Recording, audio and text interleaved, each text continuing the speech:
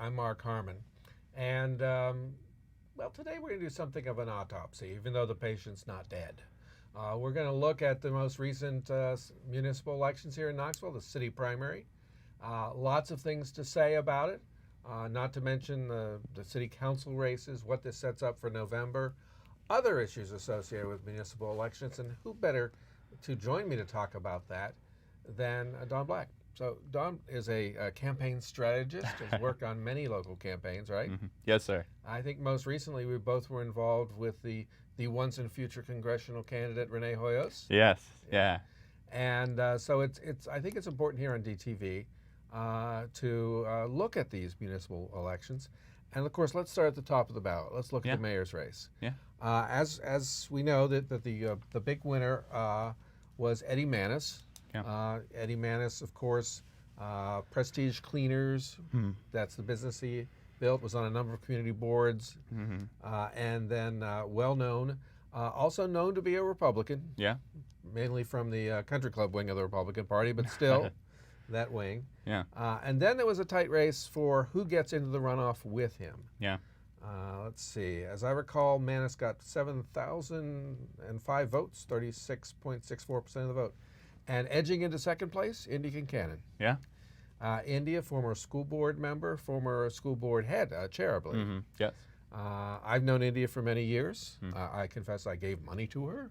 I like her. She's my friend, and she lives near me. And I was very pleased to see her slide into second place, although I got to tell you, I also like Marshall Stair. Yeah. And Marshall, a former city councilman, came up just shy, 400 and a few votes, 410 votes behind Kincannon. So 29% for her, 26, almost 27% for him. Yeah. So, and on election night, Marshall was in second by a couple votes, but India's turnout on the day of the election put her over the top. Yeah. She steadily improved. She didn't do well in absentee at all. Then came in early vote, and then came election day, and she made it into second place. Yeah. It was interesting because Manis fell off the entire chart. He did best in absentee, fell down a little bit on early, and then on election day. Yeah. So yeah. Yeah, and I think it's a real testament to the campaign, the Kincannon campaign, which you can see in the results improving through absentee and early, but also in that they raised significantly less money than both of their opponents. Yeah, let's talk a little about money. Money is important, but money clearly isn't everything. Yeah. I mean, I looked at the numbers, and these numbers aren't exact, and they probably won't be for a while. But let's take a look at these numbers here. Sure. Manis raised $408,000, spent $337, and spent $58 per vote. Okay. But on Kincannon, the least amount of spending. 171,000 raised, 130,000 left. Meaning she has about 40 grand left for in the kitty. She's going to need to build on that. Yeah. Spending $30 per vote. Here's the great surprise: Marshall Stair raised 430,000, spent 378,000, topped the money-raising field on both categories, spent $83 per vote, and crashed out. Yeah.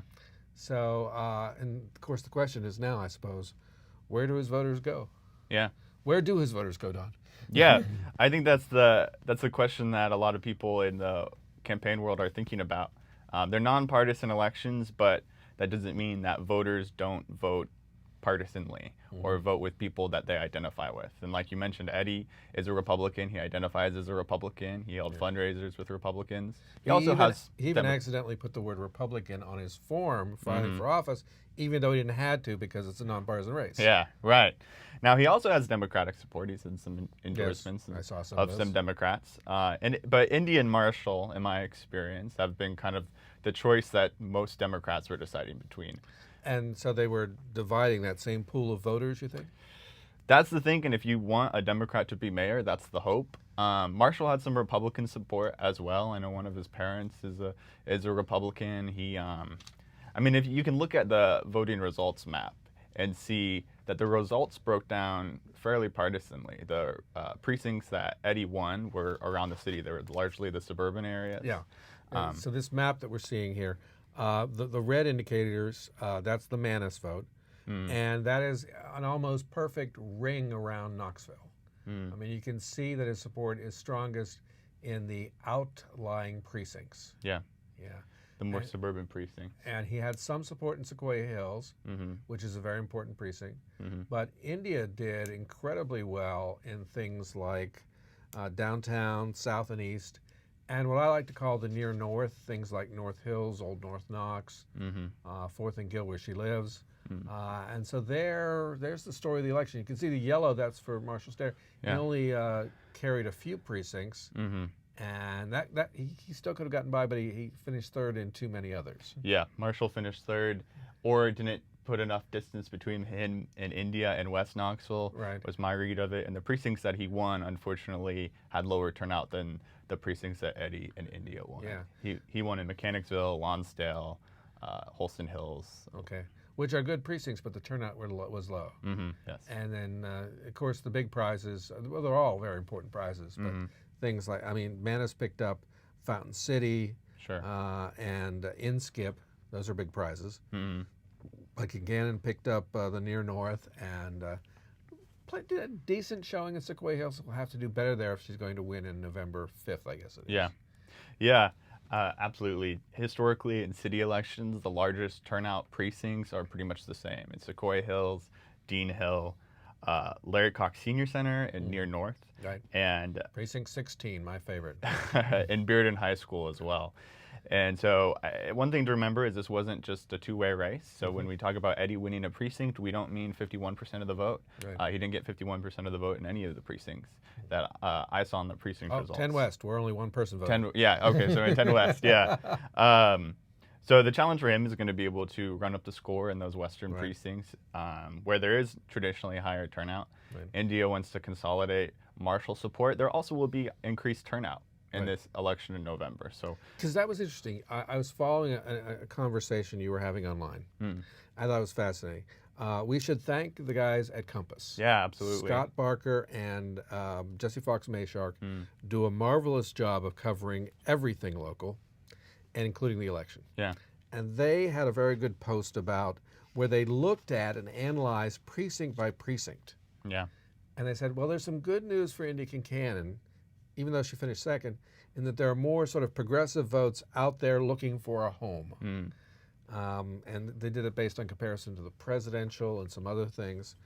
And then you jumped in and said, well, what about the new voters? Yeah. So explain your argument about the new voters. Sure, yeah. So in the election last week, we saw about 19,000 votes, a little more than 19,000 votes.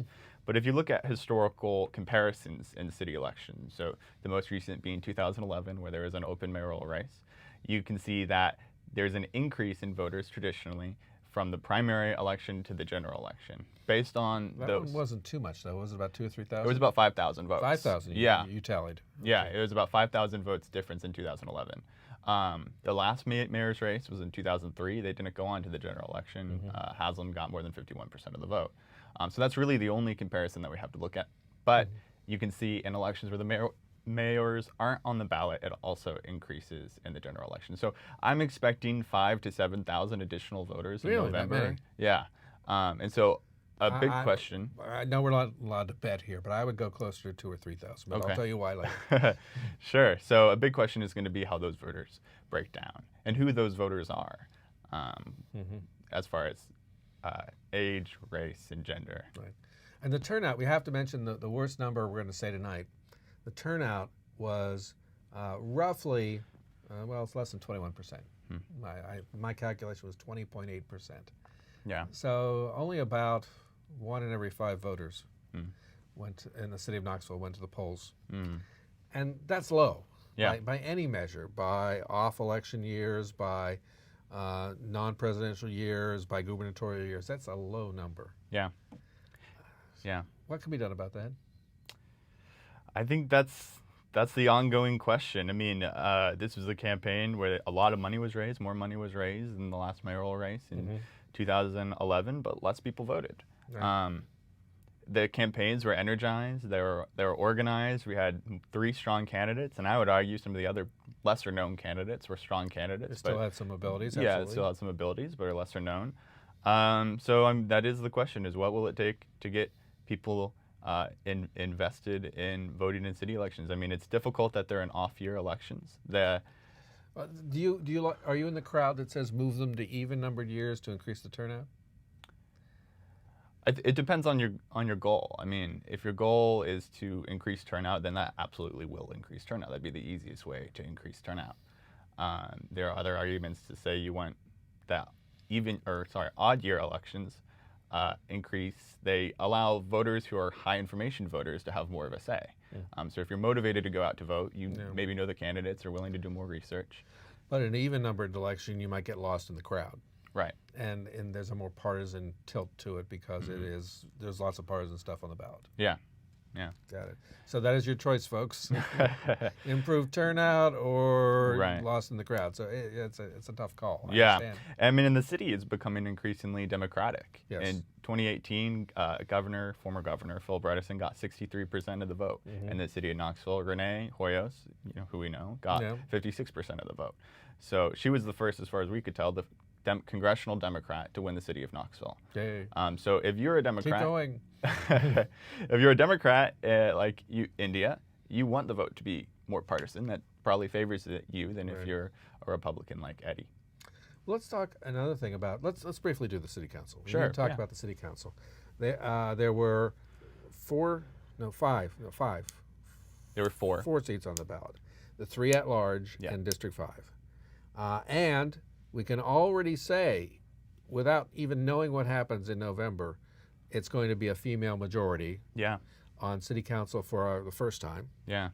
It's going to be as low as 5-4 or as much as 7-2, depending on how November turns out. Seats A and B. Yeah, so seats A and B, let's start with them.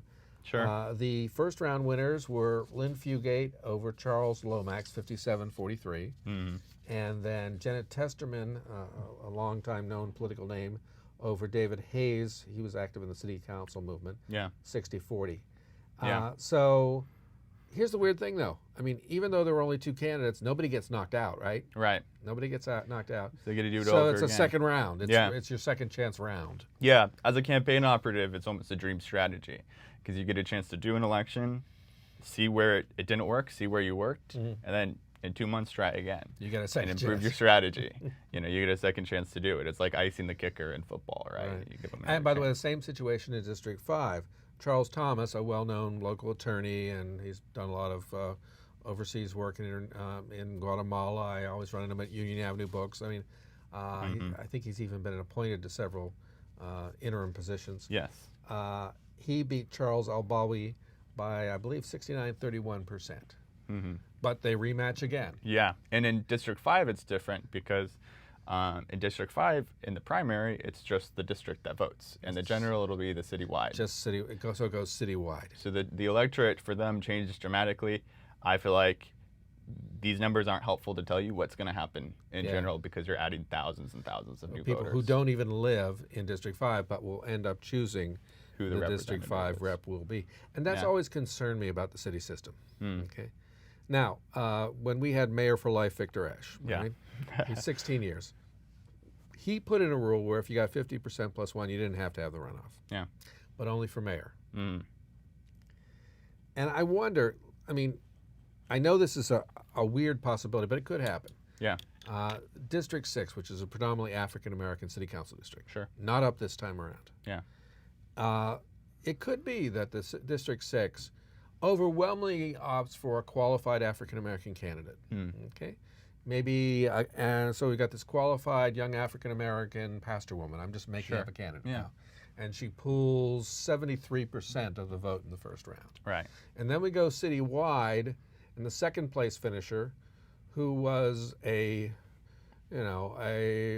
Republican, and most of District 6 isn't, a used car dealer, hasn't lived in the district very long, and yet the district could choose him. In effect, you would have what looked like a majority white community veto of a black community's choice. Right. And that could lead to diluting the civil rights of black voters lawsuit. Yeah. Yeah. Now it hasn't happened. I hope it never does happen. But this is the kind of thing that system, that two-wave system, is dangerous. Yeah.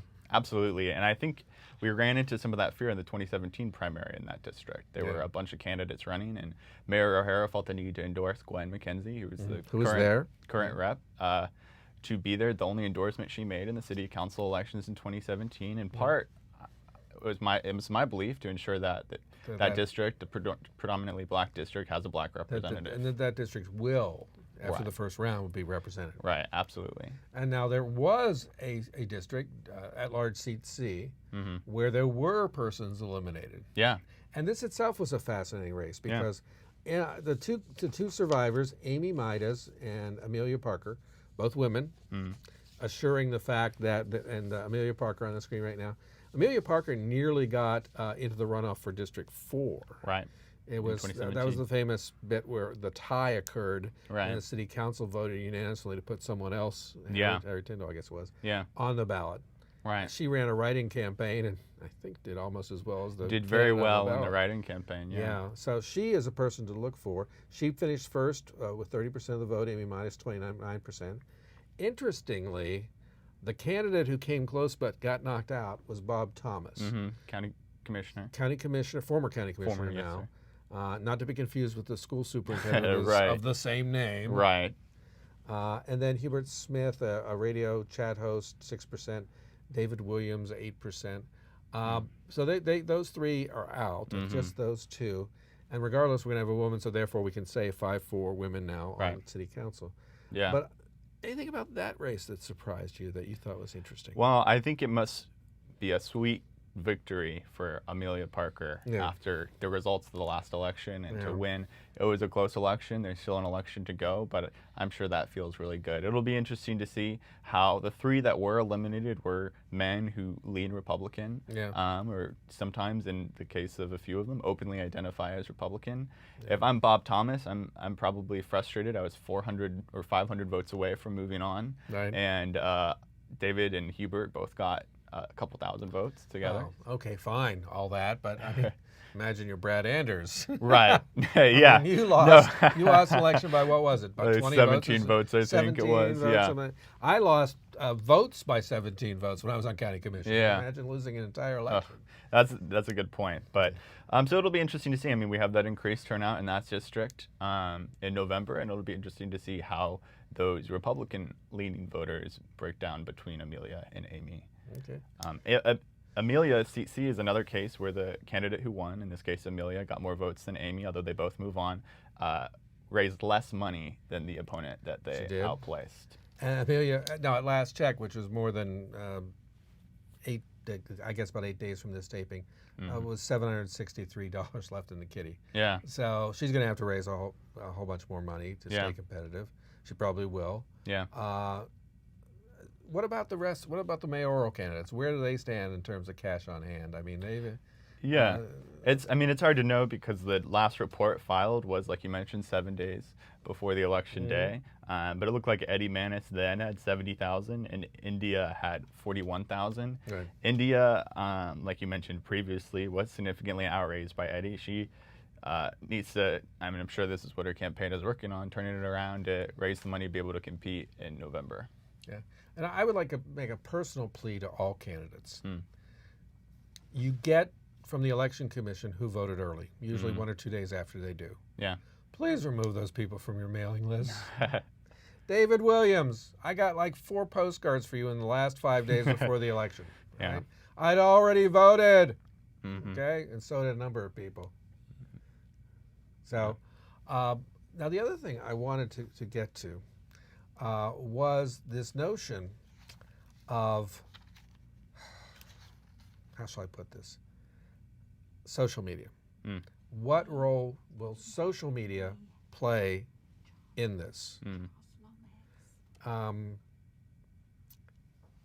And I was disappointed, quite frankly, to see what I amounted to anti-intellectualism. Yeah. There were persons online and even in some other places writing that they didn't want Indy Kincannon to become mayor because she has an MS in urban planning from Princeton. Yeah. You would think that would be a qualification. That'd be a good thing. But there was like, these these Right. intellectuals, they'll just get us into a mess. They don't have any real world experience. Sure. Well, she has plenty of real world experience as a school board executive and as a Right. mom. And worked in the Rohero administration. Now, Charles Lomax is up on the screen here. I wanted to mention Charles Lomax. Although he lost to Lynn Fugate 57-43, an impressive candidate, and it's possible that he could turn the second wave around. Yeah, absolutely. It's possible for Charles and for David Hayes, who finished David second. Hayes, we saw him on screen a little earlier. Also an impressive candidate. Yeah, he's an impressive candidate. I think this particular election showed there's plenty of diversity and good experience out there. Then people said, oh, if you implement term limits, you'll just get candidates who don't know what they're doing and won't be good in office. Right. I think this is an argument for term limits. It brings more people in who have different ideas, a different perspective. I mean, what I'm sure to be is, we could potentially have a record amount of people of color on city council after this election, and no one who finished in second is out of it, including Charles. I mean, they get to see where they can improve on, and there will be an increased scrutiny on seats A and B that there just wasn't in the primary, because we all knew they were moving on, and so we'll look into it later. And we think about experience issues and strategies. We should mention one solid issue. There is one issue on which Manus and Kincannon have distinctly different perspectives, and that's Recode Knoxville. I mean, India supports it. Yeah. She believes the process was very thorough, the changes made to it were good, and she's ready to go forward with it. And Manus isn't. Yeah. He says that he doesn't like it. He would start over. He wouldn't be in favor of doing Recode Knoxville. And I don't understand why he's doing that. I mean, is he trying to tap into some sort of, I guess, don't change things, I'm happy kind of mentality, or what's going on there? I think so. I mean, I think that's part of being a conservative. I mean, the definition is you want things to change. I mean, I think that the coding ordinances need to be updated. It hasn't been updated in a long time, but I know about 60 years or changing more. From hearing from the campaigns, they think it's something that they're not alone on. They think a lot of homeowners out there, maybe particularly in the western areas of Knoxville, think that Recode is a bad idea and makes bad changes. But on the other hand, we had literally dozens of hearings and dozens of changes made to accommodate concerns. Yeah. At what point do you say, this kind of works? Yeah. I went to one of the meetings. I've been following the process. It's like, okay, we could go to more of a form-based zoning. That kind of makes sense. Right. I mean, I don't know how many times on county commission I voted on zoning issues. Yeah. And it seems to me that maybe going to a form-based system, which has been done elsewhere, has some merit. Yeah. All right, so that's going to be an issue to look out for. That will probably come up in the debates a lot, won't we? Yeah, I would imagine one of the few issues in a race that seem to be defined, in my perspective, is candidates not making a lot of clear distinctions between them. Despite their ideological differences and their differences of background, it was largely run on differences, I think, of personality. But this is one of those issues that they have different stances on. So it will be interesting to see how that develops, or if it develops. I mean, Recode was passed. Right. And it'll take into effect next year, and it could fade off the radar as well.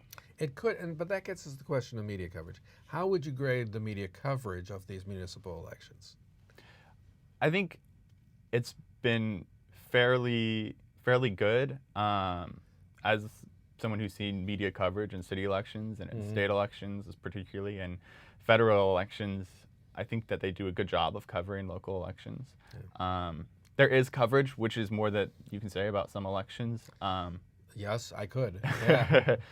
I would love to see more in-depth and hard-hitting questions and coverage of them, kind of trying to pull out differences between the two, and we'll probably see more of that in the general. In the primary, if you're India and you're Eddie, you don't want to alienate the other supporters. So. Now, speaking of elections and future elections, we should note that the next big election down the cycle probably will be our primary. Yeah. Right? Because Tuesday, March 3rd, 2020 will be our presidential primary. It'll be Super Tuesday. Super Tuesday. We're part of that. Yeah. Of course, there's early voting before that. Persons who are familiar with DTV will know that, but we should stress for others that Democrats, we choose our delegates through a caucus-based procedure. The Republicans sort of throw a whole bunch of names on the ballot. Right. and that's a difference to look out for. See how that plays out. There'll be a whole bunch of things on the ballot beyond presidential. County Commission Districts 1, 2, 4, 5, 6, 8, and 9, as well as the property assessor, law director. There's going to be 4 school board races. So there's a bunch of stuff to look for beyond this November's elections, heading into Super Tuesday, and of course all the presidential hubbub that will go on around that. Yeah, and I think there's a good chance, if you're leaning to the Democratic side, of there maybe being a couple flips in County Commission, particularly I think it's District 5. Is that you're in Old North? District 2. District 2. I used to serve that district. Yes, okay. Yes, it is flippable. Yeah. I swear, I did it. And I think that is flippable. I think I'm not going to mention names. I think there's some good candidates out there, too. And I think some of the candidates who unfortunately did not move on from the mayoral race, should think about running for a different office. Absolutely, absolutely. And that's sort of the lesson that we want to pass along here. People say, oh, I love the Chuck Todd. Democrats in disarray, all this big field of candidates. You could look at it the same way and say, Democrats have deep bench. Right. Why can't you look at it the positive way? Yeah, and I think debate is good for us. We can figure out where we stand and test ourselves against each other. I did want to make one note that I think we have 3 at-large districts that are up for election this year. And I find it frustrating that the 3 districts cover the same territory and are up for election the same year. I don't think it's a good system. So you can stagger terms, but you shouldn't put all 3 of the at-large in the same cycle. Right. I mean, you could what you could have is the best 3 candidates run for seat A, and then only one of them moves on, and seat B and seat C elect a lesser candidate. I don't think that's necessarily the case in this year, but it doesn't make sense to have the same district up at the same time. Well, we'll see if that change can be made. We are running out of time, so let me just point out that this is DTV, television by Democrats, for Democrats. I want to thank you, Don Black, for being here, because you've been a great person to talk to about this and make sense. I also want to thank Sylvia Woods for helping the show together. Yeah. And we want to say hey, and a special shout out to Doug Viam. Get well. We miss you. Doug, please. Has a long history of DTV work and help and service. Wonderful man. Yes, he is. Just a sweet and incredibly gifted and gentle person. I also want to plug a little bit for myself here. Yeah. I had a newspaper column here. Okay. And every time I won a national award, the News Sentinel did something damaging. I won my first one. They put me on hiatus. I won a second one. They cut the length of my column. I won a third one. They fired me. It's coincidence, the timing. But I used to joke with Jack McElroy about that. Yeah. But they have dropped all local columnists. But some of us have found homes, and there's a new home for my columns.